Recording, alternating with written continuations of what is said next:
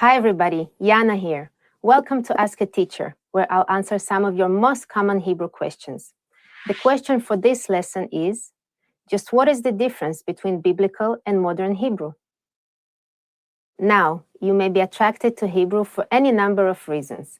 Perhaps you want to communicate with friends or family, or maybe you're interested in studying the many religious and classical texts written in Hebrew. Depending on your reasons for learning Hebrew, you may end up learning one of two very different languages. Biblical or classical Hebrew was an ancient language that first emerged in the 10th century BC. Over the next centuries, the ancient Hebrew people used it to communicate and to take a record of their history, religion, philosophy, poetry, and culture. A portion of this literary record formed the basis of Hebrew scriptures and also what came to be called the Bible. During the Roman period, the language evolved beyond recognition and later fell out of use in daily life, but it lived on in religious contexts.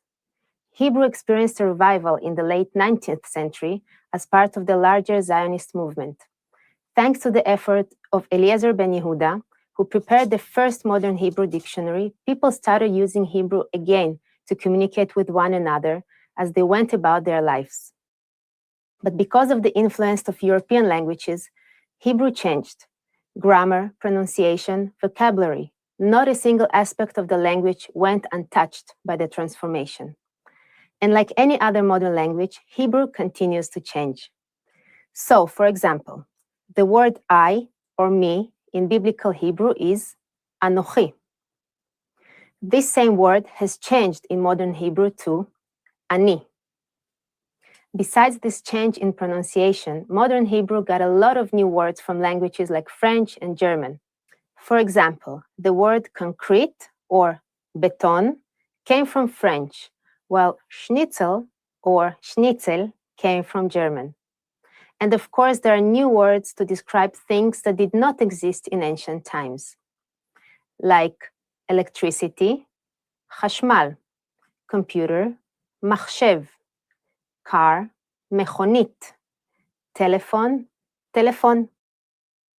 At this point in history, someone familiar only with biblical Hebrew would not be able to communicate very well with contemporary native speakers. At the same time, a modern Hebrew speaker cannot easily read the Bible. How was it? Pretty interesting, right? Do you have any more questions? Leave them in the comments below and I'll try to answer them. להתראות!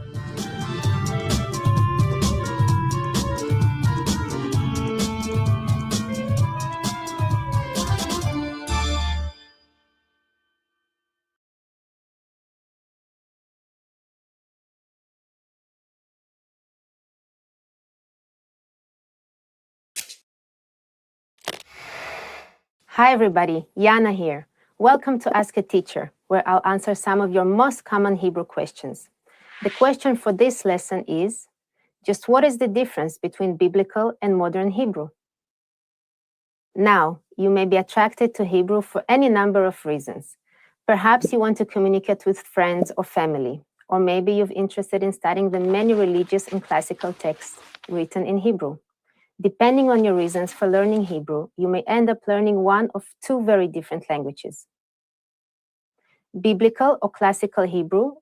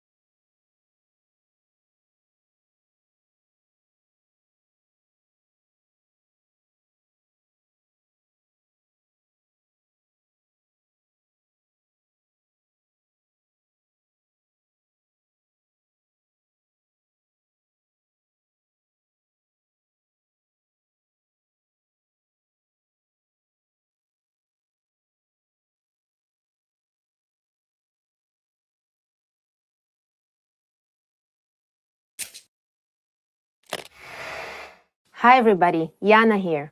Welcome to Ask a Teacher, where I'll answer some of your most common Hebrew questions.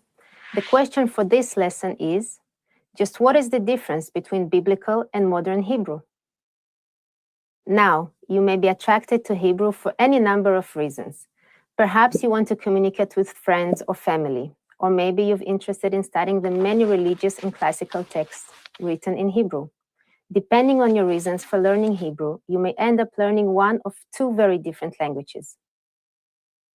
Biblical or classical Hebrew was an ancient language that first emerged in the 10th century BC.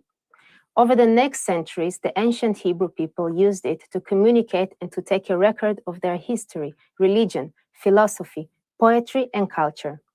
A portion of this literary record formed the basis of Hebrew scriptures and also what came to be called the Bible. During the Roman period, the language evolved beyond recognition and later fell out of use in daily life, but it lived on in religious contexts. Hebrew experienced a revival in the late 19th century as part of the larger Zionist movement. Thanks to the effort of Eliezer ben Yehuda, who prepared the first modern Hebrew dictionary, people started using Hebrew again to communicate with one another as they went about their lives. But because of the influence of European languages, Hebrew changed. Grammar, pronunciation, vocabulary, not a single aspect of the language went untouched by the transformation. And like any other modern language, Hebrew continues to change. So, for example, the word I or me in biblical Hebrew is Anochi. This same word has changed in modern Hebrew to Ani. Besides this change in pronunciation, modern Hebrew got a lot of new words from languages like French and German. For example, the word concrete or béton came from French, while schnitzel or schnitzel came from German. And of course, there are new words to describe things that did not exist in ancient times, like electricity, חשמל, computer, מחשב, car, מכונית, telephone, טלפון. At this point in history, someone familiar only with biblical Hebrew would not be able to communicate very well with contemporary native speakers. At the same time, a modern Hebrew speaker cannot easily read the Bible. How was it? Pretty interesting, right? Do you have any more questions? Leave them in the comments below and I'll try to answer them. להתראות. All right, let's get it. Let's clap it up. Let's lock it for all the technical difficulties, man, that we ran into. You know what I'm saying? The oppressor is the devil. But I got a great class for y'all right now, man. I got a few things that I want to go over. We're gonna be touching on I hate to say that. We're gonna be breaking down pause, right? We're gonna be breaking down the history of Hebrew. Okay, I had a few different things, but I got one other video that I did want to play, but I ain't gonna play it just for the time. So let's just get right into it. All right. Shalom. I do my intro. Shalom. Anyakahan Wakwataziyan Mara, Mawarka Kayahayawam, which means peace, Israel. I'm Officer Mara, your teacher for the day. Okay. What we about to go into now is the history of Hebrew. As you may or may not know, okay, the ISUPK, we are known for going into the history books and going into a lot of the different a lot of the I'm sorry, hold on, let me find this real quick. Going into the history books and pulling up all the different historical facts that have to do with Hebrew and have to do with being an Israelite, period. I know a lot of people don't believe that we're Israelites, but we have some proof. And I would just like to show the proof, okay? So here what you're looking at is a textbook called Biblical Hebrew Text and Workbook. Let me see if I can flip this screen. This is the Biblical Hebrew Text and Workbook. Let me show y'all right here. Let me see if I can flip this real quick for everybody on TikTok. Here we go. So the Biblical Hebrew Text and Workbook. Okay, this is a Yale University book, Hebrew 101 course book, Biblical Hebrew Text and Workbook. Now, with that being said, we use this as a reference to any of the Hebrew that that we have looked up so far. No, you good. Yeah, you good. And with that, and what we use it as, like I said, is just a reference. I'm sorry I got sidetracked a little bit. Because somebody called me too at the same time. So any Hebrew that y'all see in the school that we broken down, this is one of the books that we used as a reference to go ahead and prove that how we speak Hebrew is correct, and that the way that everybody else speaks Hebrew is incorrect. All right. Now, let's bring it back. Let me flip the camera back around to me. Boom. All right. So now the next book that I would like to go to is just this one right here. I don't know why I flipped it so fast. I should have waited. This is the Ben Yehuda Hebrew to English, English to Hebrew dictionary. This dictionary right here is good for. Say it again. Oh, that's YouTube. Are we on? I mean, I got 4 people. You sure that's the right one? I got a few people back in the class now. So this Ben Yehuda Hebrew to English, English to Hebrew dictionary is another book that we use to research different Hebrew words and stuff like that. Now remember, we don't speak Hebrew the way the oppressor claims to speak Hebrew. They don't know Hebrew, okay? Because the way that they speak Hebrew is not Hebrew because of the pronunciation. Because Hebrew is consonants only. The term barbarian is used to talk about us, black Israelites or the Israelites. Because of course the oppressor is not an Israelite and he's not a Jew. So the real Jews are blacks, Hispanics, and Native American Indians. Now, that being said, they would call us barbarians because our alphabet and our language consist of ah. Every sound is an ah sound. Ah, ba, ga, da, ha, wa. The only other sound we have in our language is I. Okay, cool, we good. So, with that being said, yeah, that was YouTube. So, with that being said, let's go on to the next book. I just want to go through some, it's the history of the Hebrew. It's the Merriam-Webster's Pocket Dictionary. We use this as well. Okay, that's simply explained. This is the Apocrypha, the King James Apocrypha. What y'all may or may not know is the King James Version Bible, okay, the Holy Bible, and the Apocrypha were one at one time. Okay, the King James Apocrypha, they were the original Bible.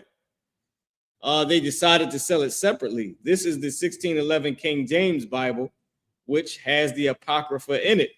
So the Apocrypha that I just showed you and the Holy Bible right here, which the Apocrypha is a part of the Holy Bible, this was the original Bible, the 1611 King James Version Bible.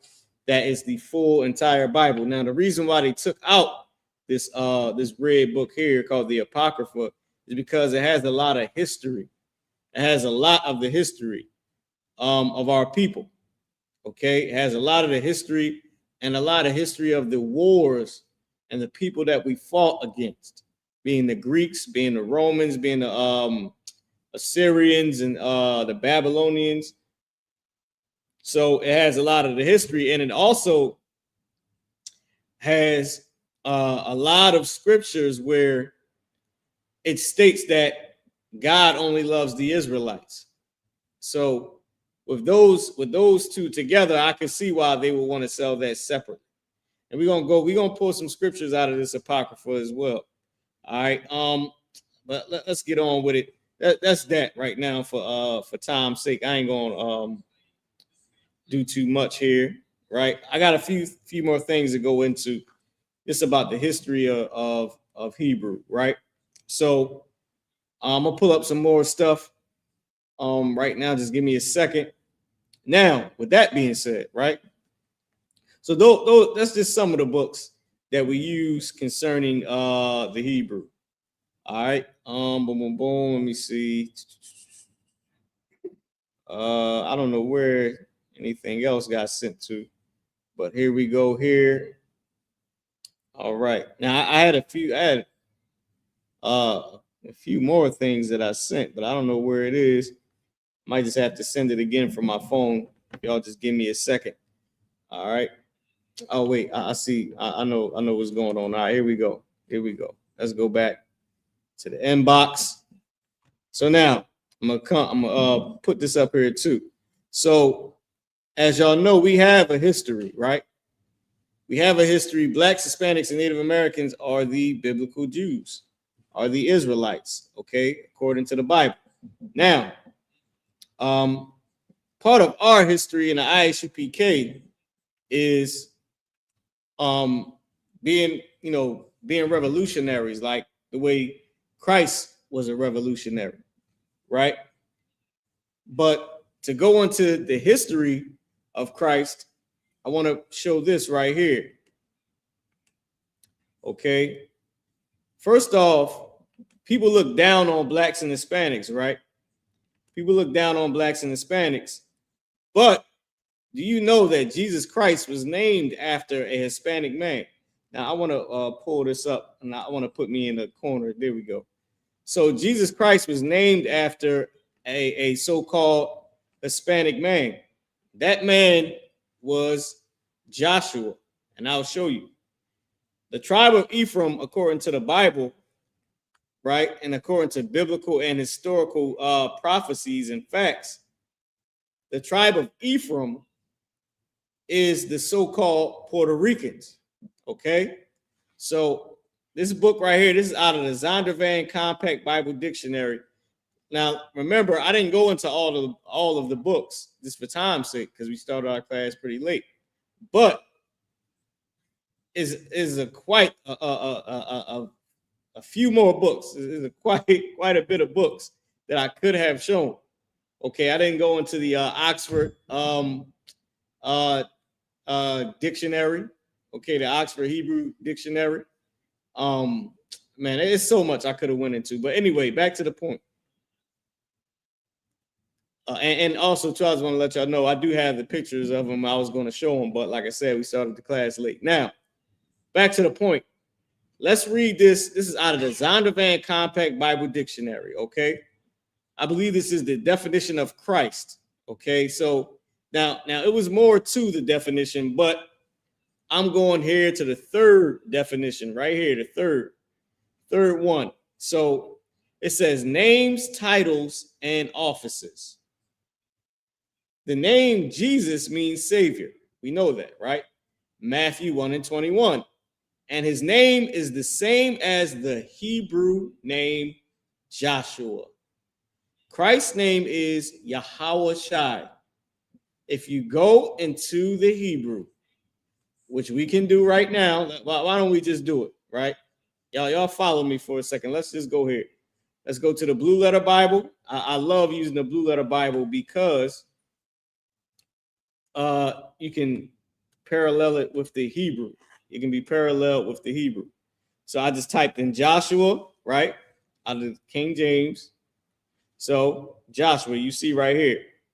Now, any of these scriptures have Joshua in it. So here we go right here. Joshua 1:1. 1:1 is the interlinear. I read a little bit of the Hebrew just in the spirit of the Hebrew class.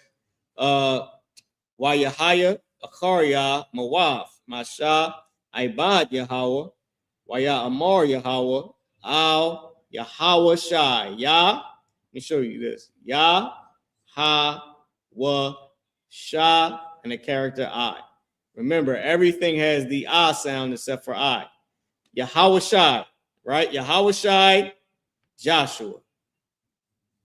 right? They also use a spell like this, Yahweh Shawai, but that's just another type of spelling that they use. They also use Yahushai, right? You'll see that in the Hebrew New Testament, which of course our people didn't write. The Hebrew New Testament is not historical. The New Testament in Hebrew is not historical. Like the New Testament is a fact, but the version that they have in Hebrew, that was not found in caves or anything. That was just some oppressor that translated it back to Hebrew. That was it. That's why it got Yashawai, I believe they use. They use Yashawai. And I believe they use that where it says they use it for Jesus. They also use it for I think where it says Jesse in the New Testament, they use it as well. But I forget why the different reasons why they chose to use it. But anyway, this is Christ's name, Yahweh Shai, the one at the top. Yahweh Shai. This is Jesus Christ's name. In Hebrew, his name is Joshua. In English, it's the same name as Joshua. So Yahweh Shai or Jesus, so it's Yahweh Shai in Hebrew, as you can see right here at the top. Yahweh Shai is Hebrew. Joshua is English, right? His name right here, Joshua, is the English name. And Jesus is the Greek name. Okay? So Jesus in Greek, Joshua in English, Yahushai was his actual name in Hebrew, Yahushai. And he got his name from a Puerto Rican man from the tribe of Ephraim. Okay, I'll finish reading the Hebrew verse. Al Yahushai Ban Nawan Masharath Mashallah Amar. So let's read what it said in English. Okay, we just want to be in the spirit of the Hebrew class. Let's read what it said. It says, now after the death of Moses, the servant of the Lord, it came to pass that the Lord spake unto Joshua, the son of Nun, Moses's minister, saying. Now also, if y'all don't know, Joshua was not Joshua's name. His name was Hosea. So a Puerto Rican is famous for the name Hosea and Joshua. I'll show you, because Hosea, right, was his name at first until Moses gave him a Hebrew name. Also, with the history of Israelites or the history of Hebrew, hold on, let me see. Joshua, let me see.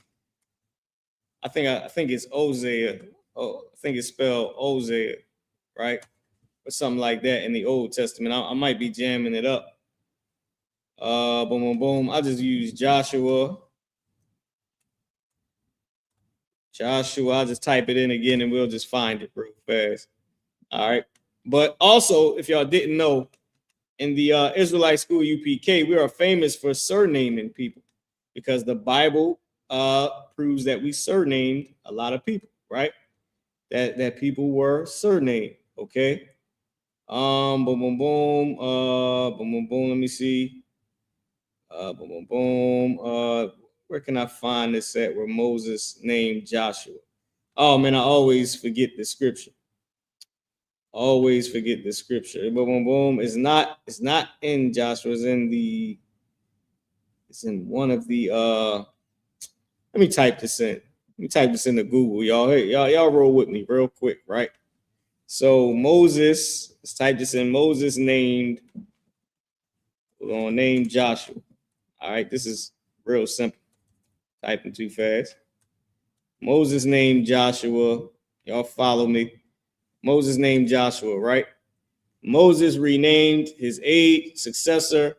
Here it is, Hoshea or Oshea. That's what I was missing. Let's type this in right here to the Blue Letter Bible. Okay. All right, y'all just follow me for a second. We just going into our history. So we do give people Hebrew names in the Israelite school UPK, and this is why. Okay, boom, boom, boom, boom, boom, boom. Let me see. Of the tribe of Ephraim, These are the names of the men which Moses sent to spy out the land. Boom, boom, boom. So this was Joshua, but we're going to go here to Numbers 3 and 8. Let's see if we can find it. I won't read the Hebrew this time. I'll just read the boom, boom, boom. Oh, okay, so hold on. Boom, boom. Let me see. It might be, I got to type in HOSHEA and see if we can get this one here. It might pop up this way. Okay, boom, boom, boom.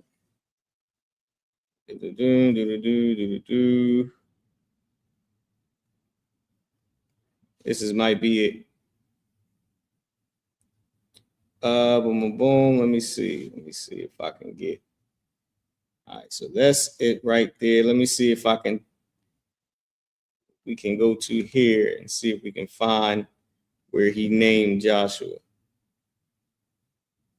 Speak all the words in the ears of the son of Nun, of Hoshea, the son of Nun, which we know Joshua was the son of Nun. But I want to get exactly where he surnamed him. Boom, boom, boom. Hold on. Let me go back to Google. Y'all follow me. I want to get the exact scripture. All right. They usually give us a scripture in Google. It didn't this time though. Boom, boom, boom. Numbers 3 and 16. All right, Numbers 3 and 16. There we go. 13 and 16. I'm sorry.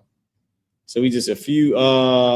We got to go down. Numbers 13 and 16. Let's type this in here.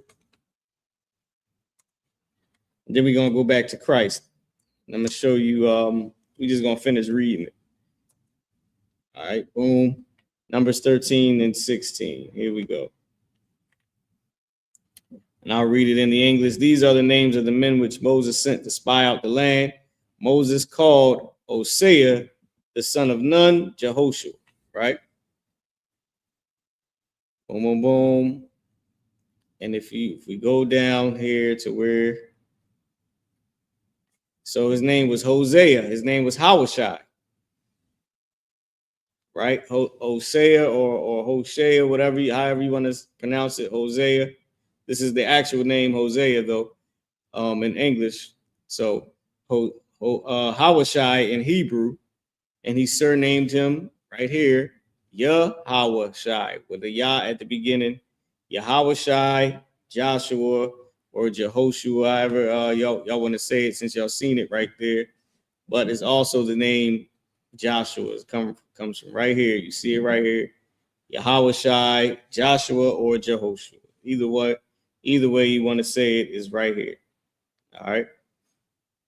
Son of Nun of the tribe of Ephraim, successor to Moses, as the leader of the children of Israel, led the conquest of Canaan. All right, I believe that's it. So we saw we really got to get. Okay. Now it's a lot. You know, y'all forgive me if I'm moving this phone around too much, but for TikTok. But listen, so let's go back. So as we can see here, names, titles, and offices. The name Jesus means Savior, Matthew 1 and 21, and is the same name as the Hebrew name Joshua. It is usually joined with other terms. When it stands alone, it is as doubtless for the purpose of emphasizing his humanity. Christ, meaning anointed one. Okay, is the Greek equivalent of the Hebrew word Messiah, which is Mashiach in Hebrew. It is often used with the definite article, which gives it the force of the promised Christ. Why? Because he was prophesied by Moses to come and be our Savior. Moses prophesied about Christ. Okay. Sometimes Jesus forbade people to make him known as the Messiah, and it keeps going. All right. But this is what we needed about him having the name Joshua. Okay. It's the same name as Joshua. Joshua is a Puerto Rican man, was a Puerto Rican man from the tribe of Ephraim. He is the one that made the name Hosea famous, and he made the name Joshua and or Jesus famous. So today he's responsible for 3 names. Yes, a Puerto Rican ran the goddamn nation of Israel was in charge of Israelites. Now, I ain't saying Bad Bunny perfect, but none of that. But when it comes to black people, blacks, Hispanics, and Native Americans are black people, so you better stop hating. And that's the point. You can't hate on it. Yeah, he ain't perfect, but nigga, neither are you. So what are you complaining about? At a time like this, I think we should be standing together, or at least for the purpose of what they doing to our brothers, man. At least to show some damn love. Now let's get back to the class. All right. I have a few more things that I want to go into. Okay, just to go into a little bit of history for the Hebrew. Okay, let me get boom. Let me post this back right here. Flip the camera back on me for a second as I pull this up. Boom. Now, speaking of names, it would not be right. It would not be due. It would not be fair if I didn't go into this right here. All right, if I didn't bring this out right here. Okay. It would not be fair. I have to do this out of love and respect for the history of the Israelite school of UPK. Now, in the Israelite school of UPK, in ISUPK, we have always had 7 heads of the school. There's always been 7 men in charge of the school. Before, it was Chief Head Priest Masha, Chief Head Priest Yaikwab, Chief Head Priest Ariyah, Chief Head Priest Yeshaya, I believe, Kazak, Lahab, and Shar. Salaki if I messed up the rank. Now, those were the 7 men that were over the school. Those men left Commanding General Yohana in charge of the school. So Commanding General Yohana and the names that you see under him are now the 7 men in charge of the school under Commanding General Yohana. And there's only a just due that I break down or give you the translation to their names. Speaking of names, since we went into Jesus Christ's name being Joshua in English, and Yahweh Shai in Hebrew, and Jesus in Greek, and his name means Savior, the anointed Savior. That's it. So let me give you what Commanding General Yohana's name means. As you can see here, his name means joy. All right, the translation of his name is joy. Second in command, General Mahyman. His name is trustworthy. Okay. Third in command, General Mayaka Alaka or General Mayaka Allah. Since the other Mayaks have, given up their sword or dropped their sword, as we say. But General Mayaka Allah is who is like God. That's the translation of his name, the 11th. He was the 11th Mayak in the school when he was given his name, the 11th one. This school is the history of the school. Okay. General Hazayan, his name is translated as the weapon. If you know anything about General Hazayan, that name fits him very well. Most High Christ, right? General Shawamar is next up. His name is Watcher or Keeper. That is the translation of his name. All right. Next up, we have General Kathum Gabar. His name is Golden Warrior. Golden Warrior is the translation of his name. General Kabbalah Maf, last but not least, the head of the Hebrew class, the head of the Hebrew in the nation. General Kabbalah Maf is receiver of truth. Receiver of truth. That's General Kabbalah Maf's name. These are the translations of the men in charge of the Israelite school UPK. It was only right that I went into the translation and gave you the translation of their names. Okay, speaking of the names. All right, since we went into a little bit of the history of names. Now we got more to go. We got some more history and different artifacts and things that we're gonna go into. Now I had a ton of stuff, but there's no way I'm going to be able to do it in the time that we have in this class. We got less than an hour in the class. Also, to everybody online, type in your questions, man. You know what I mean? We're going to answer any questions you got about the Hebrew, okay? All right, any questions you may have about the Hebrew. All right, so now we'll pull up some more stuff out of the email. Okay, I have to do this. I'll do this and then I'll break down the names of the tribes. Hold on, let me see, what was this one right here? Yes, all right, okay. All right, I have to do this. I have to bring this out. This is a must. This must be brought out. This needs be, as the Bible says. This needs be. We got a charger in here for the iPhone. Well, let me give everybody this for the phone cut off on us, all right? Now, this right here, this is hold on, let me get my screen right. Boom, here we go. Yeah, if you can attach it on there, I don't know how it's gonna go. Oh, it's magnet? All right. Just magnetic. Perfect. Yes, yeah, we got charged, man. Get a Shamar a hand. Give the guard, the watcher, the keeper of the class. Give him a hand. Now, let me just flip this screen over because y'all got to see this. Y'all have to. Speaking of history, number one, this comes from the book From Babylon to Timbuktu. Let me go to Google. We done went to Google about 1,000,000 times, but I'm definitely going to Google here so y'all can see this black historian who studied the Israelites and the biblical Jews. He wasn't in our school or nothing, but he deserved his credit, right? From Babylon to Timbuktu.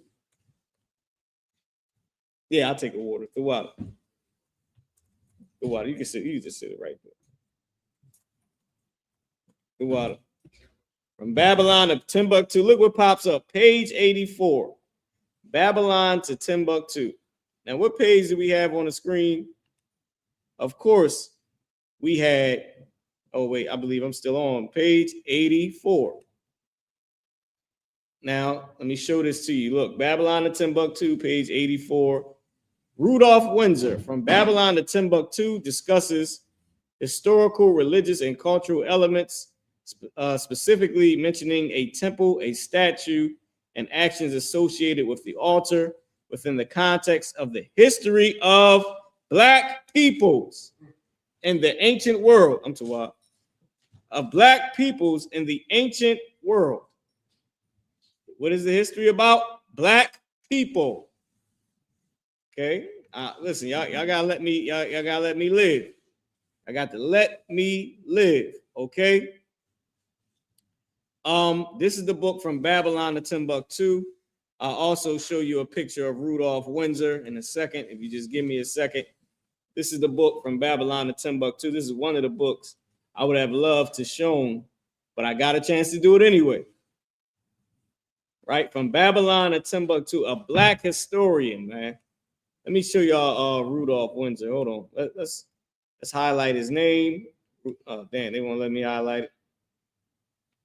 That's all I'm trying to do. Let's get Rudolph Windsor up in here. Bang. Let's do this as y'all flow with me. Rudolph Windsor. Here we go. Who that right there, bro? Come on, man. Black historian. Look a little bit like Sonetta. Might be AI. It's like, no, I'm gonna stop. Come on, man. From this is the brother Rudolph Windsor. He was just a Black historian. That's all. He wasn't an Israelite. He wasn't in our school, but he was a Black historian, and he studied this book right here, From Babylon to Timbuktu. And what did Rudolph Windsor do? He went and looked up the history of who? Come on back now. Here we go. Of Black people. Of Black people. The history is already highlighted, but I'm going to highlight it anyway. Of Black peoples in the ancient world. All right. Now, let's go to page 84. Okay. Let's go. Let's go to page 84. Here we are right here. Page 84, From Babylon to Timbuktu. I know y'all see the page says 84 right at the top. All right. Now, I'm going to make this as large as I can. Okay. Let's get into it, y'all. Let's really go into this. All right. Let's really go into this. The water for everybody tuning in. So now, out of the book From Babylon to Timbuktu, a black historian, by the way. All right. It says in the year 65 BC, the Roman armies under General Pompey captured Jerusalem, captured our homeland, the homeland of blacks, Hispanics, and Native American Indian people. Yes, we warred and fought with the Romans as well. We were an actual people. We weren't just a fairy tale before slavery. We fought against the Romans, and we lost. Why? Because we were sinning against God. But that's a whole nother topic. So in 70 AD, General Vespasian and his sons, General Vespasian and his son Titus put an end to the Jewish state, meaning to our homeland, put an end to Israel. Right here it says captured our capital city, Jerusalem. Right? And the oppressor, he tried to steal our culture and tried to take our land. But it's all good because we're going to get it back. Right. Titus put an end to the Jewish state. So they surrounded our homeland, burned down our cities. You know how they got there. You know how the Romans got there. It says with great slaughter. With great slaughter. Let me just get right here. Let me just stay back a little bit. Hopefully y'all can see me moving the mouse. All right. It says during the period of the military governors of Palestine, many outrages and atrocities were committed against the residue of the people.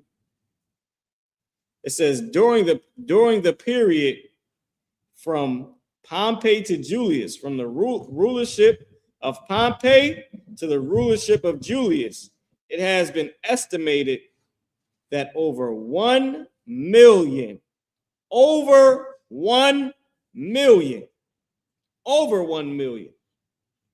Jews fled into Africa, fleeing from Roman persecution and slavery.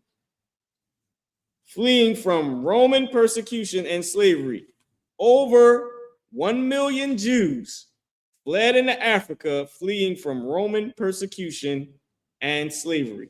Now, ask yourself this question. When did 1 million white people flee into Africa from slavery from the Romans? I'll wait. Tell me when 1 million white people, over 1 million white people, fled into Africa to hide from the Romans. That would just be they had a better chance just going into goddamn Russia somewhere. That's because they never fled into Africa. Because they were never white. Because we are not white. The Jews are blacks, Hispanics, and Native American Indians. And we fled into Africa, fleeing from the Roman persecution and from slavery. Over 1 million Jews fled into Africa, fleeing from Roman persecution and slavery. Let's keep reading. The slave markets were full of black Jewish slaves, black Israelite slaves. The brother, the black historian Rudolph Windsor, who authored this book From Babylon to Timbuktu, he stated that over 1 million Jews fled into Africa. This is real black history, man. It don't get no realer than this, man. This is real black history. Real black and brown history. You cannot escape it. You cannot go around it. You can't say we're lying. History proves what we're saying. So First, I had to prove that we were Israelites. Here's your proof from a black historian, Rudolph Winter. He put it in his book, From Babylon to Timbuktu. There's your proof. Now, let's go a little bit further. All right, let's go a little bit further. Now let's go into the names of the 12 tribes of Israel. The names of these Israelites. Okay, right here is the name chart that we have that we use in the ISUPK. So if y'all now, you may or you may not know. Okay, so this is the 12 tribes of Israel chart. How you say that in Hebrew is Hashanya, Aishara, Shabbatyam, Yasher Allah. Okay, Hashanya, Aishara. All right, Hashanya, Aishara, meaning the 12 tribes. Salakia, Shabbatyam is the tribes. Hashanya, Aishara is 12. Shabbatyam is tribes. Yasha Allah is the name of Israel, is our actual name. Our name means Prince of God. Okay, and if you're a sister, Black, Hispanic, or Native American Indian sister, that means Princess of God. You're a Prince of the Power. The Power is a name that we use to not always use the Lord's name. We just called him the Power. That was later translated as God later on. All right, mistranslated as God. So you are a prince or princess of God. Now let's start with the tribes. Okay, let's and I believe down here is the tribe chart, right? Also, and the scriptures where you can read about it. Genesis 49th chapter and Deuteronomy the 33rd chapter. Okay, let's get it. So now,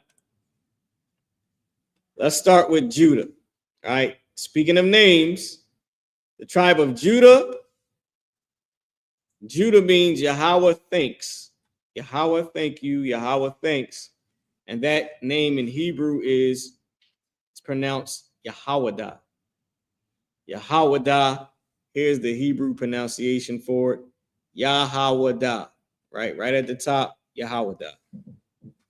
Yahwadah is the name of the tribe of Judah. That the tribe of Judah, our names mean Yahweh thanks.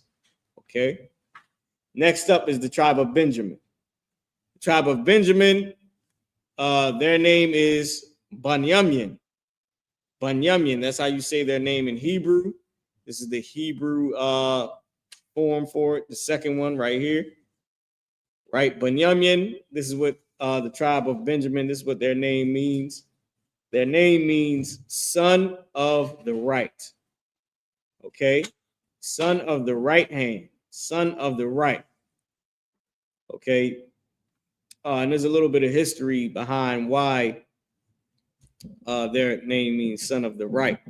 Is because their mother, Rachel, passed away as she was giving birth to the tribe of Benjamin, and she named them originally son of my travail. But our forefather, Yashar Allah, he said, the hell with that. He ain't the son of your travail. He is the son of the right hand, the son of the Lord, the son of the right hand of God, the son of the right. He's right with the Most High. All right. So now, and speaking of that, it is a Benjamite or brother from the tribe of Benjamin, which is commanding General Yohanan, that is over the nation of Israel right now under Christ. All right. Next up is the tribe of Levi. The tribe now. Oh, I'm sorry. So let me show you. The tribe of Judah is the so-called Negro. Okay. Judah are the so-called Negroes. We're the tribe of Judah, the tribe of Yahwadah, the Jews. Okay. Benjamin, or the tribe of Benjamin, are the people from the West Indian island in the Caribbean islands. All right. Jamaicans, Trinidadians, St. Lucia, St. Thomas, St. Vincent, all those small islands, the Bahamas. Barbados, all those the West Indian Islands. All right. Next is our Haitian brothers, the tribe of Levi. They used to be the priest. Okay, their name in Hebrew is Loyah. Okay, and this is how it's spelled in the actual Hebrew letters, original letters, what they call Paleo Hebrew, what they call Phoenician, what they call Aramaic. It's really just ancient Hebrew. Okay. Now the tribe of Levi, their name is pronounced Loyah, and their name means joined to me. Joined to me. Now the history behind their name is as y'all know, Rachel and, or may not know, Rachel and Leah, they were sisters. They were married to our forefather, Yashar Allah, which is Israel, right? His name was before Jacob, before the Lord changed his name to Yashar Allah, to Israel. Or Yaiquab in the Hebrew, and then changed it to Yashar Allah. Now, they were sort of in a battle, right? In a tug of war for their husband, because of course they were sisters and they were married to the same man. They also gave their husband 2 more wives, because a man can have more than one wife.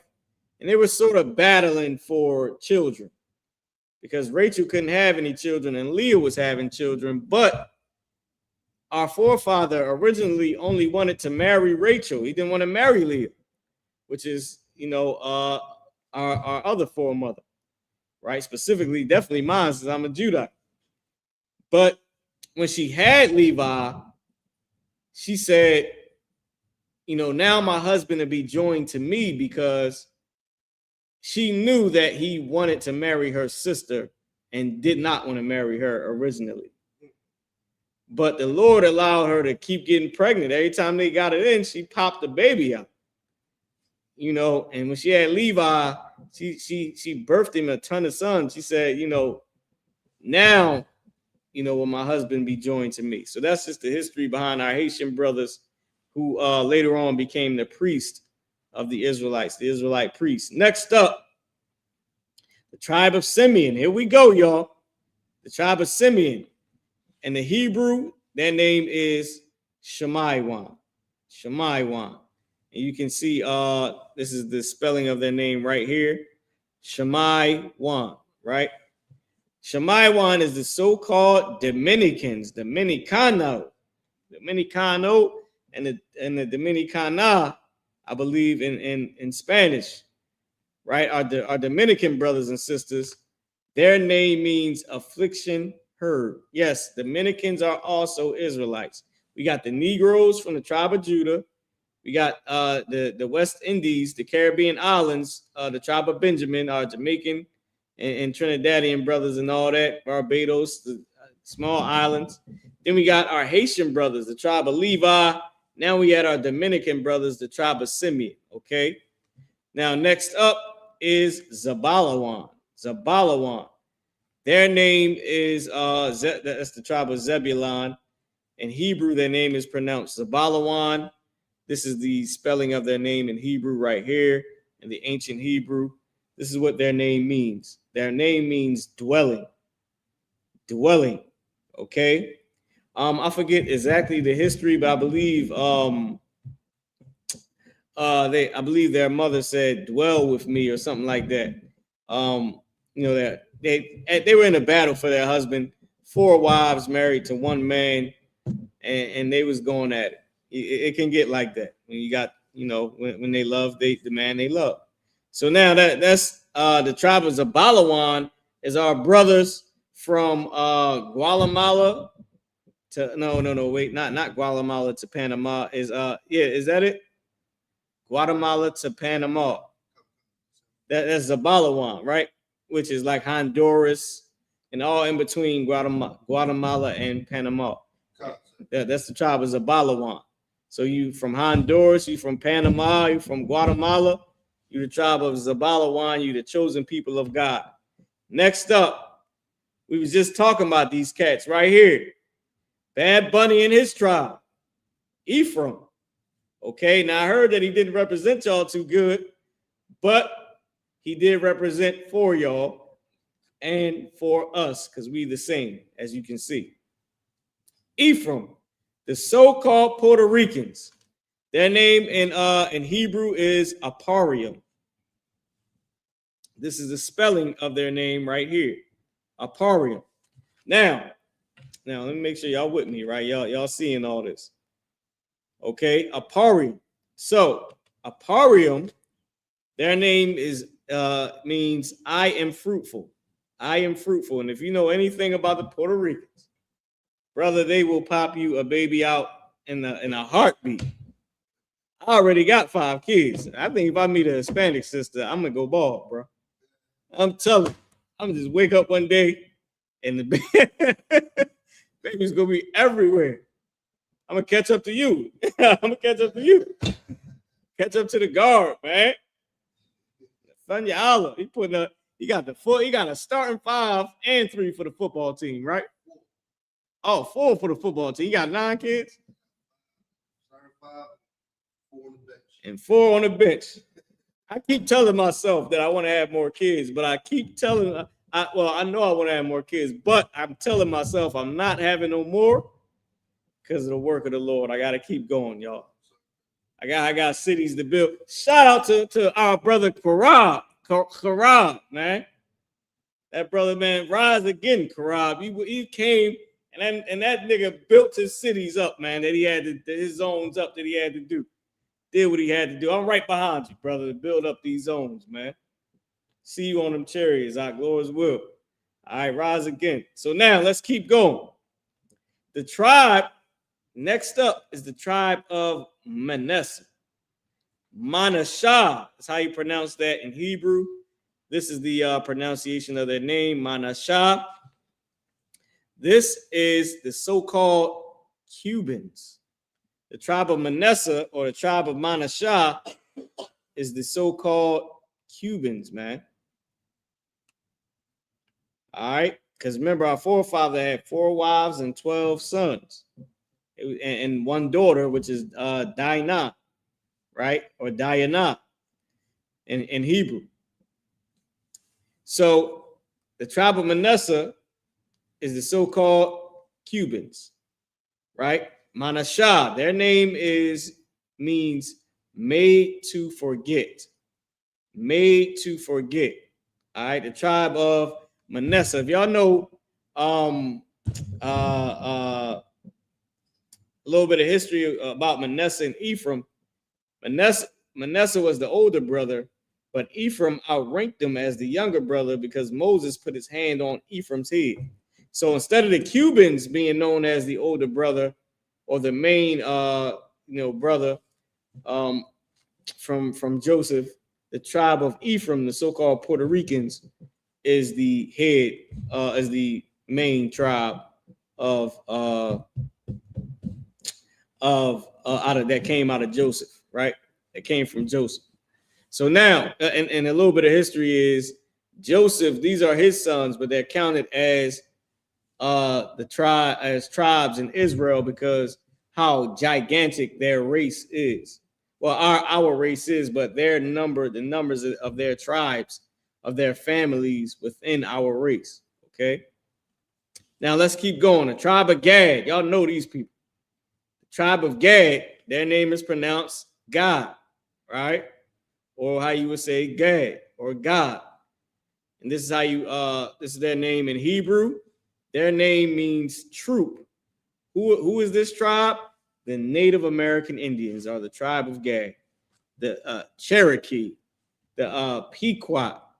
What's the ones that was in Philly? The La something. Their name begin with an L. Come on, y'all. Somebody type this in, the name of the Israelites that was from Philly. It wasn't the Pequot. It was the La something tribe. I'm gonna pull it up for you right out my phone right now as soon as I get it. Oh man, their name is right on the tip of my tongue, man. I gotta go and grab this from the phone though, so I can grab the picture from the phone. My phone jamming up on me. Okay, hold on. It was the Lenape Indians. The Lenape Indians, Cherokee Indian, Pequot Indian, all the tribes, man. All the different Gadite families are the Native American Indians, okay? Next up is the tribe of Reuben. The tribe of Reuben, their name is Ra'alban. Ra'alban in Hebrew, okay? This is the pronunciation in Hebrew, Ra'alban. Their name is See It's a Son. See It's a Son, because back at that time, they ain't have a what you call it, ultrasound. They didn't have an ultrasound system. Now I heard in Egypt they had a specific thing that the women could pee on, and I believe it's like if the flower grew. So I think I'm mixing up the pregnancy test. It was like a pregnancy test they had in Egypt where I believe it was like you were pregnant, and if it grew, if you peed on some flower or something like that, or some seed, if it sprouted, you was pregnant. If it didn't, then you weren't pregnant. I forget how it goes. And then there was also something else where they could tell if it was a boy or a girl. Okay, but I can't remember. You might got to look it up on your own time. But the tribe of Ra'alban, or the tribe of Reuben, is the Seminole Indians. The Seminole Indians from out there in Florida. That's the tribe of Reuben. Next up, come on now, y'all. They all in the news. These brothers right here, the tribe of Asher, they all in the news right now. The tribe of Asher, their name is Ashar in Hebrew. This is the pronunciation of their name, Ashar. Their name is happy. Their name means happy. Now, the tribe of Asher is from Colombia to Uruguay, which is Brazil. From Colombia, the Colombians, all the way to Uruguay, which encompasses Brazil and who else? Venezuela. Venezuela is all in the news right now. All has just been in the news ridiculously. Venezuela has been in the news. You know, they just took their president not that long ago. And if you notice, if you looked at Venezuela, they were happy because they was independent. They were happy. You go down to Brazil, now they might not have been, you know, super rich because of the leadership that was over them, but they were free. You know what I mean? Like they had their own. You know what I'm saying? If somebody was oppressing them, it was their own that was oppressed them. Next up, the tribe of Naphtali. Naphtali. Their name is Naphthalia in Hebrew. This is the Hebrew pronunciation of their name, Naphthalia. Okay, their name means my wrestling. My wrestling. And I forget exactly the breakdown on why their name is my wrestling, but I know it was one of the wives that was given to our forefather by Leah or Rachel, and she I forget exactly what it was, but I know it was something where she said she wrestled. That's the only thing I can tell you, and of course it's in the name, and I'm so sorry to my Naphtalian brothers. Okay, the tribe of Naphtali is from Argentina to Chile. So you Argentinian, you are an Israelite. You from Chile or anywhere in between that area, you are an Israelite from Argentina to Chile. Okay. Last but not least, listen, our brothers have been in the news ridiculously, have been mistreated ridiculously. The tribe of Issachar is Yashakar in the Hebrew. Here's the Hebrew spelling for their name, Yash Shakar, right? Their name means he is hired. He is hired. Now, if you hire somebody to do a job, any race, who you going to hire to do that job? Our so-called Mexican brothers. Mexicans are the people of God, and that's why they're being tormented by this wicked oppressor, because he hates our brothers, because they are the chosen people of God. And they are hired. They name says it all. He is hired. Yash Shakar. Okay. So that's the 12 tribes of Israel. I'll go over them again. Let me zoom out.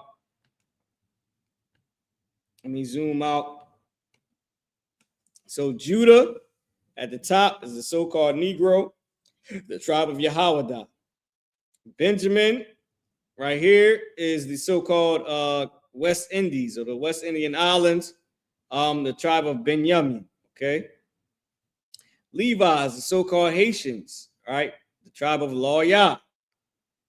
Simeon is the so-called Dominicans, the tribe of Shemaiwan. Zebulon is the people from Guatemala to Panama, including Honduras, right? It's from Guatemala to Panama, the tribe of Zabalawan. Okay. Next up, the tribe of Ephraim, Bad Bunny. All right. The tribe of Aparium, the so-called Puerto Ricans. Next up is the Cubans, the tribe of Manasseh, the tribe of Manasseh in Hebrew is the so-called Cubans. Then we get the Gadites. The Gadites is the Native American Indians, the so-called Native American Indians. Their name is God in Hebrew, okay? Next up is the tribe of Reuben, the Seminole Indians from Florida, the tribe of Rehoboam. Okay, then you got the tribe of Asher, Venezuela, Colombia to Uruguay.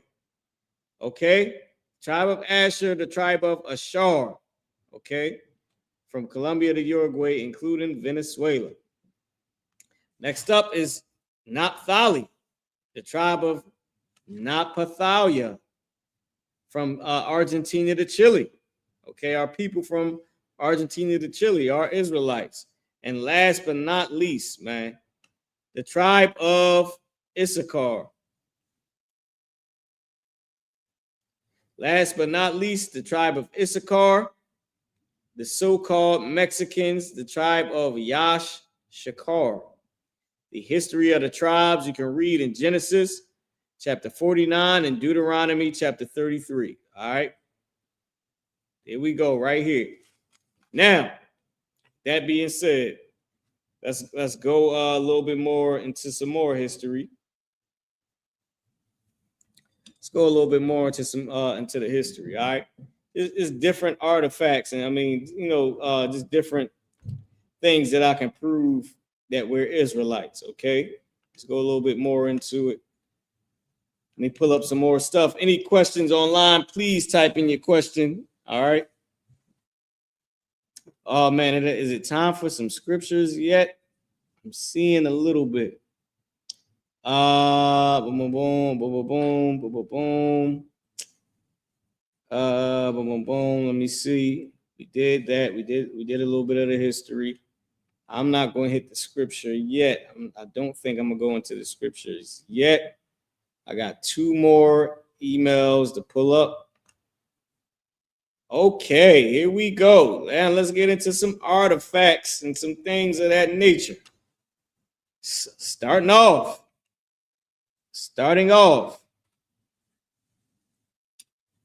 Damn, you know what I didn't send? I didn't send King James, picture of King James, but this right here, I know y'all see this.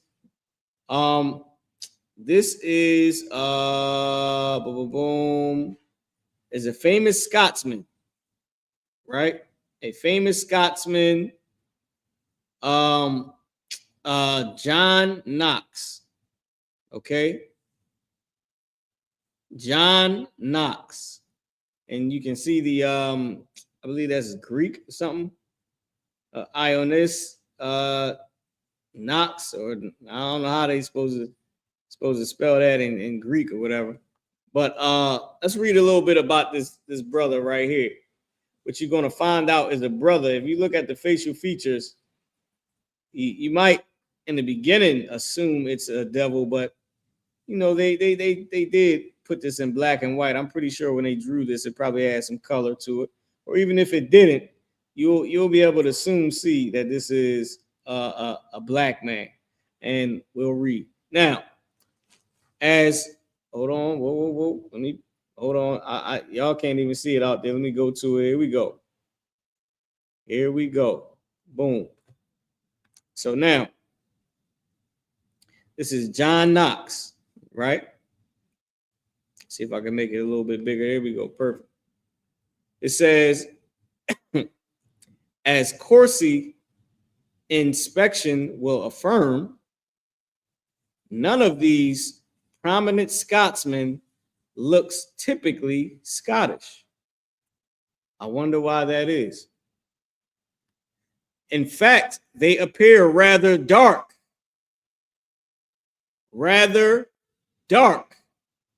And Semitic. Dark and Semitic. Dark and Middle Eastern. Dark and Middle Eastern. I wonder what Rudolph Windsor, with that black historian, I wonder how hard it was for him to find the truth, for him to find the fact that Jews were black. It was not hard. You know why? Because 700 years ago, it was a known fact. So all you have to do is a little bit of research. It was a known fact 700 years ago. It was not a lie. Everyone knew this. Let's get back into it. So dark. So this Scotsman, Scotland, Scottish, appear rather dark and Semitic and Middle Eastern. Yet here they are, Scottish aristocrats. The Scottish royal stewards. King James, James Stewart. King James Stewart. The royal stewards were equally what? Dark and Semitic. Dark and Middle Eastern. Dark and from Israel. In appearance. Of Charles II, dusky appearance, his mother, Queen Henrietta Maria, had been half mortified, writing after her confident confinement that the child was so dark, she was ashamed of him. He was quietly dubbed the Black Boy. Enemies made out that he was a black bastard. Now, God damn it, it don't get no better than that. Begotten by a black Scotsman. There you go. Begotten by a black Scotsman. There you have it. And if you see that beard, black men can grow that beard too. There's a couple brothers, man, got that beard, especially if y'all out here in Philly or Lancaster or York or Harrisburg or Reading or Allentown. Y'all know how our brothers wear their beards out here in Philly and in those zones. Big shout out to everybody in South Jersey too. All right. And everywhere, wherever y'all tuning in from. But the black bastard or the black boy, the black Scotsman, John Knox. Let's go a little bit further, shall we? Shall we go a little further? I had to go to the royalty of Europe. The royalty of Eastern Europe. Look at that crown, man. The royalty of Eastern Europe, a knight. You know what I'm saying? With the shield like the coat of arms. This is a real picture. A real painting. I forget the brother's name. This is a real painting. Let's go a little bit further. If that wasn't good enough, I'll go here. First off, let's just confirm that this brother's black and wearing a bucket hat. Let's just confirm that. I listen. You walk past this cat right here every day at the deli. If y'all want to down black people, you can find this Negro at the deli any given Saturday, Friday night, any day, any time of the year. Bucket hat, beard. How about this? This looks like our grandfather. Now, let's confirm.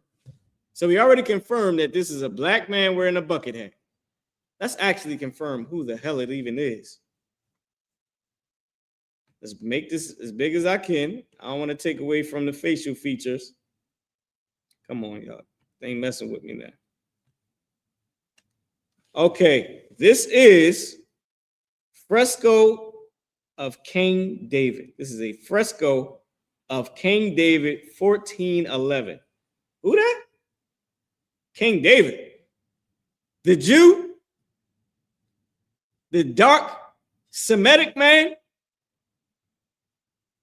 Come on, man. The over 1 million black Jewish slaves, meaning real Jews, that fled into Africa, that left our homeland, Jerusalem, black people. King David, a fresco of King David, 1411, from the Hall of Giants, Trinci Palace, Foligno, Italy. I don't even know how to pronounce it. It's from Italy. 700 years ago, it was not hidden that black people were Jews. But it is hidden in 2026, isn't it? It's a real Black History Month. King David in a bucket hat, a real fresco of him from 1411. And you can Google this. Just Google it. Fresco. You know what? Put my money where my mouth is. Let's go to Google. Let's go to Google, y'all. Let's just type it in. Fresco of King David. King David. What was the name of the hall? 1411. Look, it pops right up. Pop right up. Fresco of King David, 1411. Let's see. Let's go to images. Damn, this is the full image right here, bro. This nigga got on a hoodie or something. Hold on. Hold on. King David was really that nigga. He rocking a hoodie 1,000 years ago. Hold on, wait. Where is that? Did it pop up? Oh, man. What he got on? What he wearing? A garment? Fresco of King David. This is the original picture. As you can see the writing on it from 1411. It is real Black history before slavery. Black people were Jews, were Israelites. And you know what's crazy? So many people talk trash about us being Israelites, how radical we are, and how we always at the white man. But you know what they cannot deny? That we actually went and found our history. That we actually went and found our culture before slavery. And we standing on business, goddammit. We not giving it up. And you should too. There's a reason why they don't teach us this in school. Because then eventually the Jewish man who runs everything, he's going to have to answer for why he stole that identity that he claimed. But it's a known fact he stole it because in 1948, he started the Zionist movement and then went and claimed the homeland, our homeland, and he's fighting the Palestinians to this day. Because they are saying, listen, you effing bastard, y'all don't live here, no more than we live here. Because neither one of us belong here. This is not our homeland. We are just living in the unoccupied land of the real Jews, of the Israelites. So you can't push me out from the other side of the West Bank, and I can't force you to stay on the other side of the West Bank. We're both just squatters in the land of black people. That's what the war is really over. That's why the Palestinians ain't letting that go, because the Palestinians was there before the so-called Jewish man, who is really just an Ashkenazi Russian. Some old Polish man, some old cat from the steppes of Georgia, Russia, just the average white boy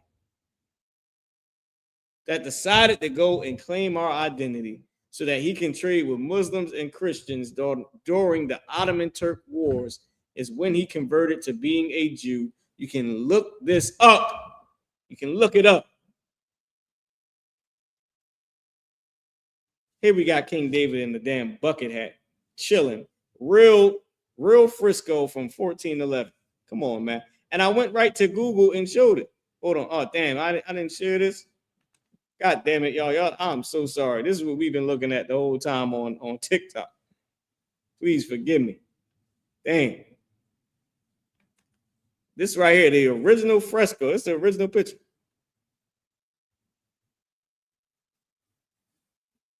You know what I'm saying? Like this come on, man. And you know what? It's so much more artifacts. It's so much more that I gotta pull up, man. There's so much more. Can I get, damn, we got 6 minutes left. I got a whole nother email to go into.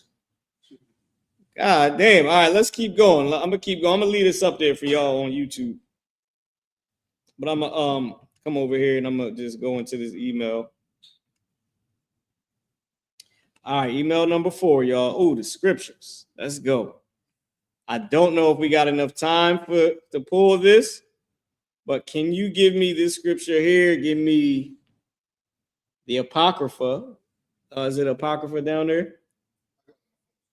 All right, give me the Apocrypha. Give me 2nd Maccabees, the 7th chapter. 2nd Maccabees, the 7th chapter. Ooh, we're gonna have to read fast. A little bit of history, y'all. Real history out the Bible now. We got to go into the Bible. 2nd Maccabees, start at verse 1. I'm gonna drop you. You're gonna read to verse 3, and I'm going to skip you down for time's sake. And we are going to go to verse. Ooh, we got a ton of reading. I'm gonna skip you down to 12 after you read the verse 3. So let's go ahead and get the Apocrypha. What I'll do is I'll go to Google and I'll pull it up for everybody to see online. KingJames.org. I think we got it on here too. KingJames.org. You got it whenever you get it.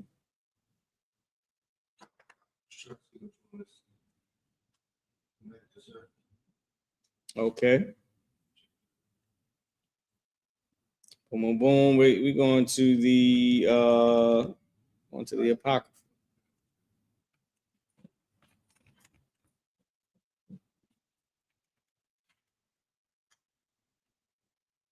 Okay, here we go. Here we go, y'all. Let's get it.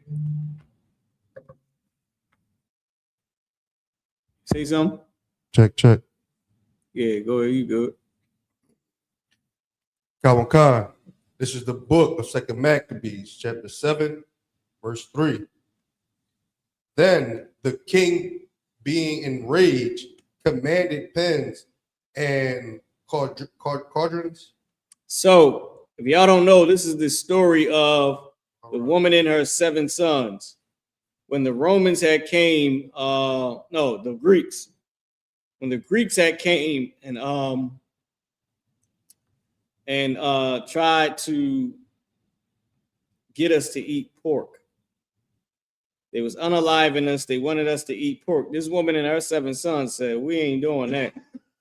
To hell with all that. You can say you can miss me with that." And they burned her and her son alive. Her and her 7 sons alive. We're reading about that historical event that really happened. And thank God for that sister having that strength and not letting them boys go out like suckers just because some old oppressor want us to do something because he feel like he's God. Nah, we ain't doing that. All right, go ahead, Ak. You got it. I'm sorry. Yep, read it from the top. I'm gonna boom post this on the screen. This Go is ahead, the you got book of Second Maccabees, chapter 7, verse 3. Then the king, being enraged, commanded pins and cauldrons to be made hot. Oh, start from verse 1 and read down to 3. Count. This is the book, Second Maccabees. Y'all bear with us, all right? We got a little bit to read. Go ahead.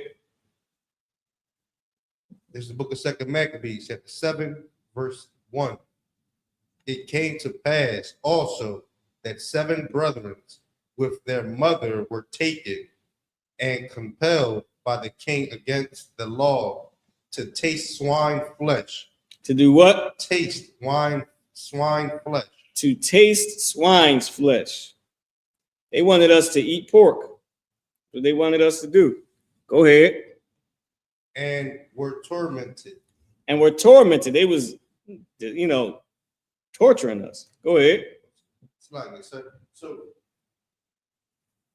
I know you just said it. So this is basically I remember I think Jimmy Hunt brought this up too. Story on this. And this is for alchemists. Yeah, this is a major story in Israel. That's why they made it to the Bible. Because they stood on business. It was like, F this white man. I don't give a damn who he is. We ain't eating no damn pork. And I don't give a damn how many other black people sold out and ate the pork. I don't care how many damn Hispanics sold out and ate the pork. I don't care how many Native Americans sold out and ate pork. Me and my sons ain't doing it. That was the strength of a black woman, of a Jew. Go ahead. Okay. And were tormented with scourges and whips. But one of verse 2. But one of and there go that whip. They love to beat us. Go ahead. Okay. Verse 2. But one of them that spake first said thus, what wouldst thou ask or learn of us? We are ready to die, rather than be transgress the law of our fathers. Listen, one of them said, what you want us to do? We ready to die. That's black and Hispanic people. Rather than transgress God's law, you might as well just kill me. Keep going. Oh God. Then the king, being enraged. Then the king was enraged. Go ahead. Commanded pens and cauldrons to be made hot. Ooh.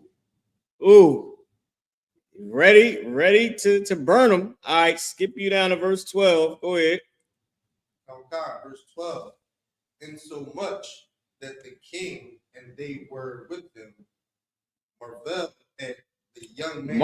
They marveled at him, at the young men. Look, they looked at him like, what? Because now skip down because, I skipped you down because there's a lot that's going on and we got a little bit of time, but they marveled at the courage of these young brothers and their mother. Go ahead, that black woman. Marveled at the young man's courage, for that he nothing regarded the pens. Keep going. Verse 13. Now, when this man was dead, also they tormented and mangled the pork in like manner. So what happened was now they're on the 4th son. So these sons, they watching the one brother get unalive, then they step up, they get unalive, then the next one step up and they get unalive, then they marvel like, God damn, these young brothers are soldiers. Then the next one stepped up, the 4th one. Go ahead. So when he was ready to die, he said, thus it is good being put to death by men, to look for hope from God, to be raised up again by him. Because reincarnation is real. When you pass away or you unalive, you're going to come back as a baby. That's the cycle of life. You came in with a pamper, you're going out with a pamper, you're going to come back in with a pamper, you're going back out with a pamper, you're going to come back in again with a pamper, you're going back out with a pamper. It's a circle of life. You grow old and you die, and you come back and you grow old and you die, and you come back and you grow old and you unalive again. And it just keeps going. But you live out a judgment in each life. Whatever you did in your past life, You live in that judgment out here on this earth right now. Because of what you did in the past life, you get your judgment. Ain't no such thing as hell. At least not underground with some old pink thing with a fork and a tail. Hell is a condition that is on the earth, that you suffer on the earth. Keep going. And for thee, thou shalt have no resurrection. Ooh. Life. As for you bastards, you ain't gonna have no resurrection to life. Lord gonna destroy you. The oppressor is going extinct. Keep going. God, they brought the fourth also and mangled him. Go ahead. Unalive the fourth one. Go ahead. Then looked he unto the king and said, Thou hast power over men. Thou art corruptible. Thou doest what thou wilt. Yet think not. Wait, thou does what? Thou does what thou wilt. Have you ever heard the term "do what thou wilt"? The evil satanic term from the cult, from that crazy old evil devil's cult.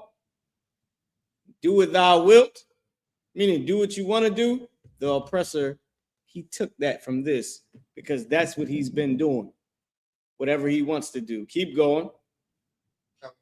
Yet think not that our nation is forsaken of God. Yeah, you might be here, you might got a little bit of power, but you corruptible, meaning what? You are going to decay after you die, which means what? I don't have to fear you. You're going to turn back into dirt. Anyway, you still do what you want to do. That's fine. You can do whatever you want to do with me. Because what? Because God didn't forsake our nation. And our God is the only real God, the God of the Bible, the God of the Israelites. Keep going. I'm going to stop you at verse 20, then we go on, skip down to 23. Verse 17. But abide above, and behold his great power, how he will torment thee and thy seed. Verse 18. After him. And he told him, look, God going to destroy you and your children. Just watch. Go ahead. God. After him also they brought the sixth. So they on the sixth brother now. They unalived 5 of her sons so far. Keep going. Who being ready to die said, Be not deceived without cause, for we suffer these things for ourselves, having sinned against our God, therefore marvelous things are done to us.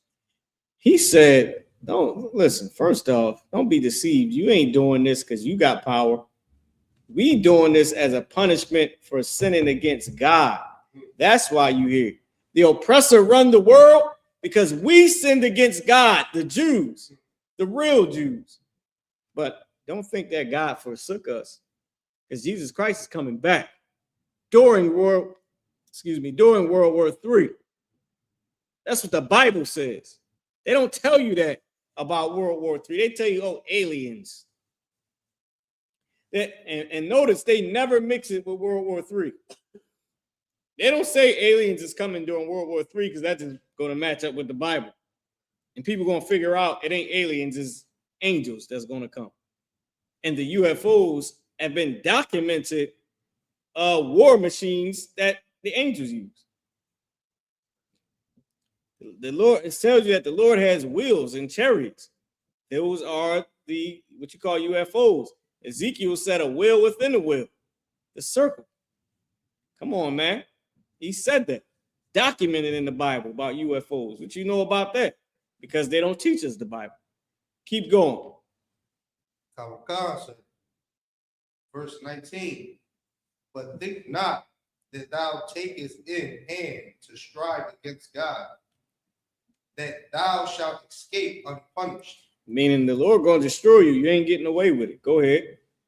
God, but the mother was marvelous above all. But the mom, after that, listen, they unalived 6 of her sons so far. She got one left in herself.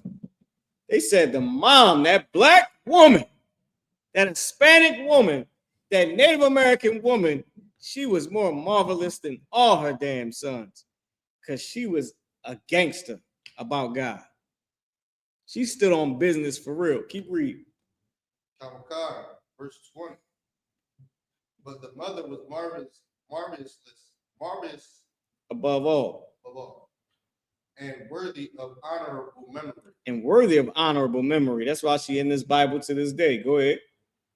For when she saw her 7 sons slain within the space of one day, she bare it with a good courage because of the hope that she had in the Lord. Because of what hope she had in the Most High. Keep going.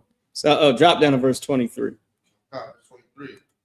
But doubtless the creator of the world, whom formed the generations of man, and found out that the beginning of all things will also of his own mercy give you breath and life again, as ye now regard not your own selves for his law's sake. Now, don't think about yourself, for God's sake, for the law of God. Disregard you. These devils, they're going to unalive you, but you're going to keep God's law. Go ahead.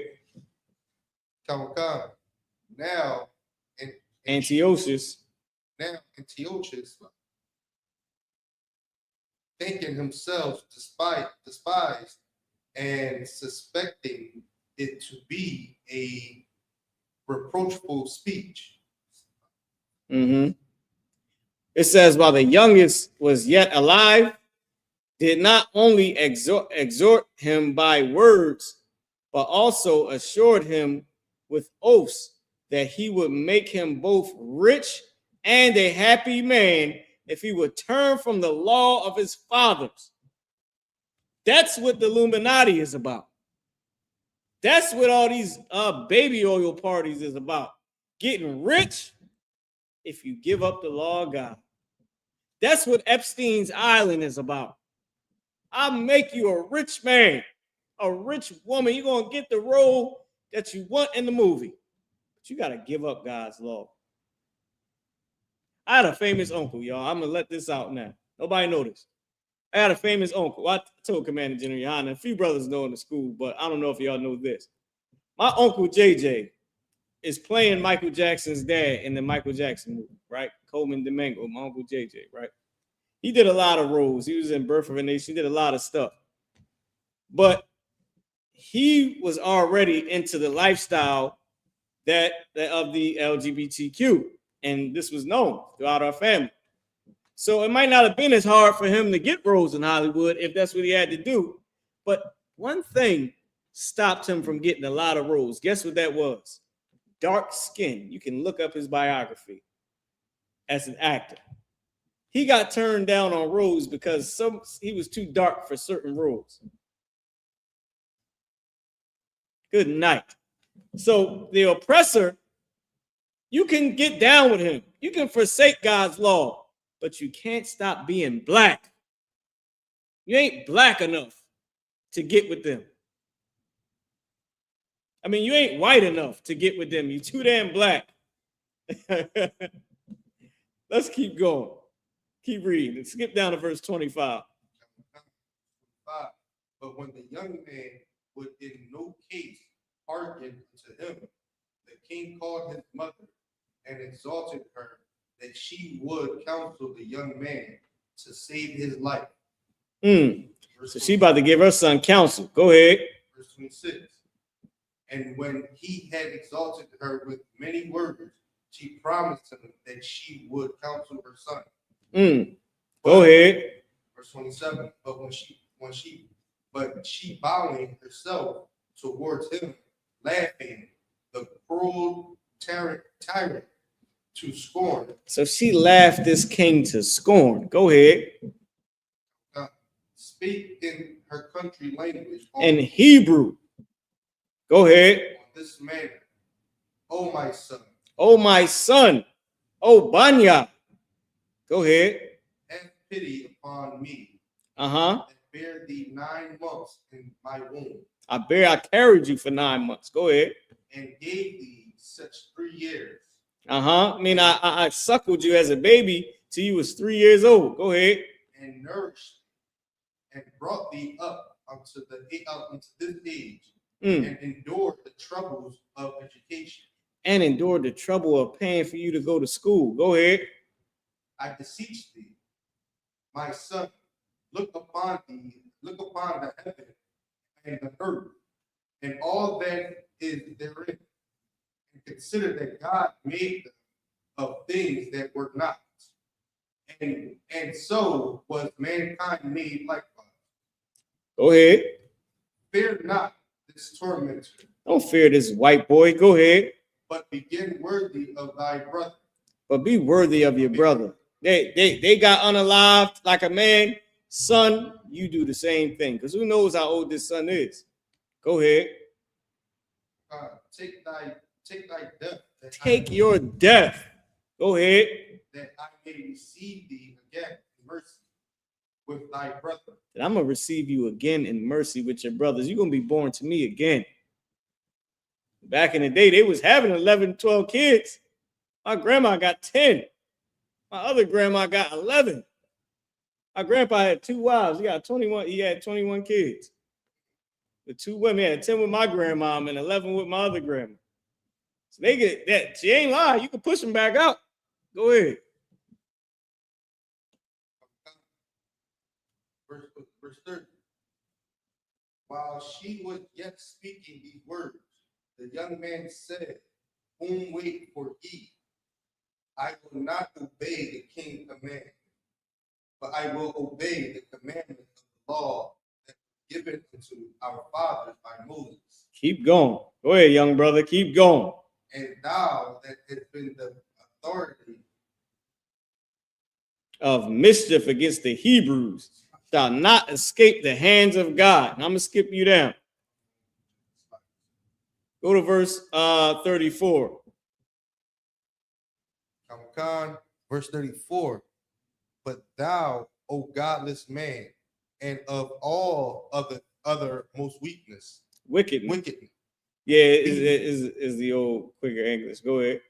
Be not lifted up without a cause, nor puffed up with uncertain hopes, or puffed up with uncertain hopes, lifting up thy hand against the servant of God. Keep going. For thou hast not yet escaped the judgment of Almighty God. Go to verse 37. Verse 37. But I also, my brethren, offer up my body and life for the laws of our fathers, beseeching God that he would speedily be merciful unto our nation, and that thou by torment and plagues mayest confess that he alone is God. Verse 38. And that in me and my brethren the wrath of the Almighty, which is justly brought upon our nation, may he cease. 39.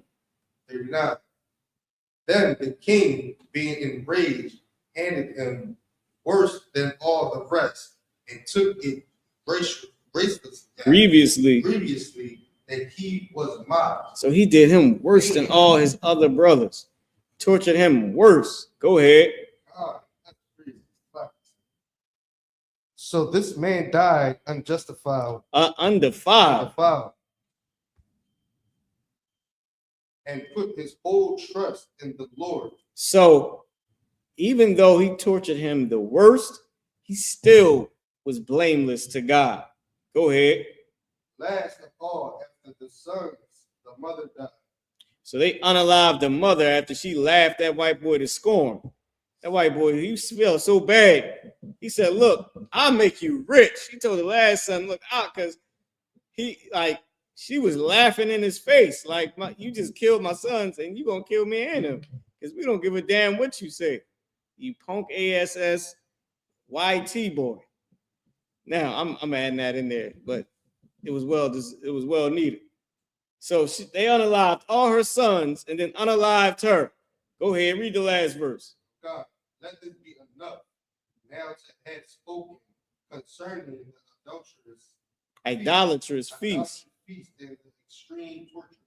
So learn something from this lesson. Don't do idolatrous feasts like New Year's and Thanksgiving and Christmas and 4th of July, which he was a slave in on 4th of July originally. But your birthday and St. Patrick's Day and Easter and all that, don't get into none of that.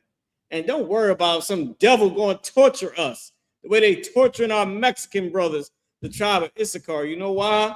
Because if you serve God, even though you may lose your life here right now, you're going to be undefiled in front of God. You're going to be innocent in front of God. And when he bring you back as a baby, you're going to live a way better life than you did before.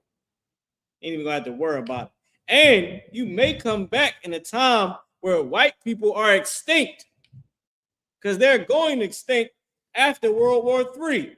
After Christ's return, they're going to serve out their slavery for however many years that they slaves to us, and they're going to die off slow.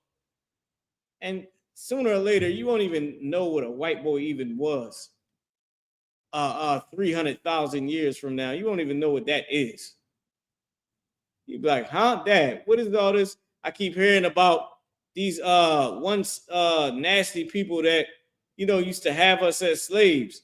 And then he take you to some museum and there's a statue of Trump or some crap in there with a suit on, and he looking at him like he lived in a cave and then he put on a suit and then he ran us. But we guys, people, we can do this. We got this. We got so much power. I'm so strong, Daddy. How could he run us? And you're going to have to tell your kids. Or, Mommy, how did, you know, how was they in charge of us? You got to tell your kids, well, son, daughter, we sinned against God and we became an evil people. And God put an evil people over top of us. But he didn't forsake us, and he came and got us after he punished us, and then he punished them evil people. And they became our dogs for a while and our slaves for a while until they went extinct. And that's the history of white people. You're going extinct, and that's the history of blacks and Hispanics, and also the history of Hebrew. Because she said all that in her Hebrew tongue, in her own native language, encouraged and counseled that brother. Man, with that being said, I want to say Tawada for y'all tuning in.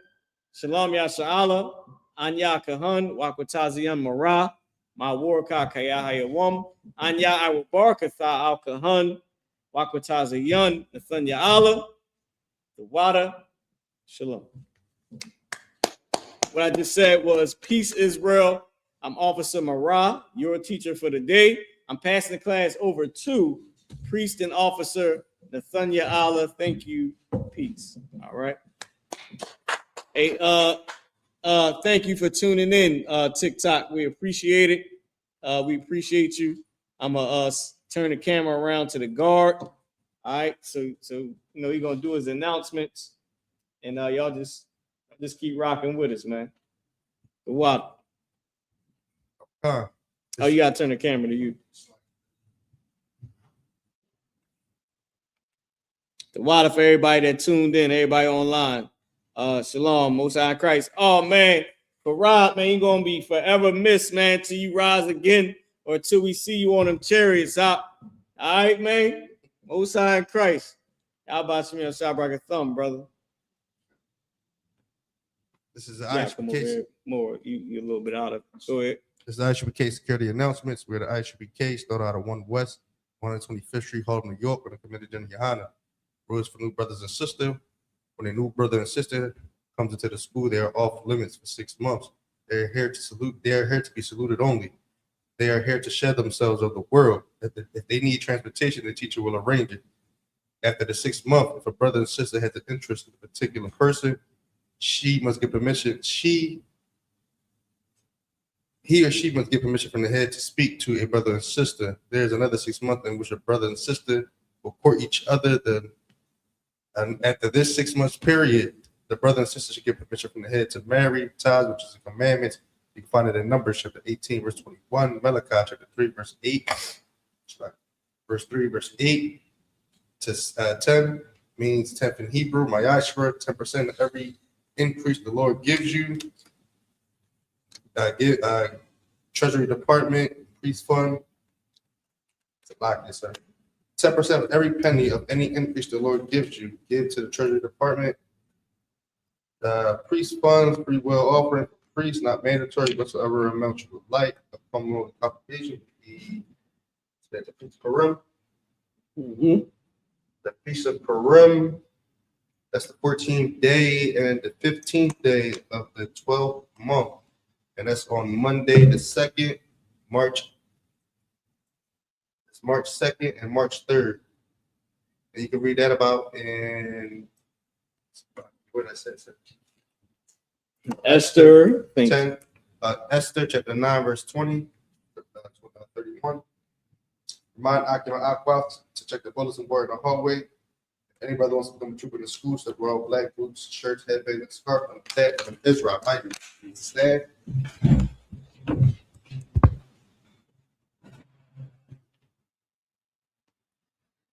And Israel, we're going to do one courtesy salute.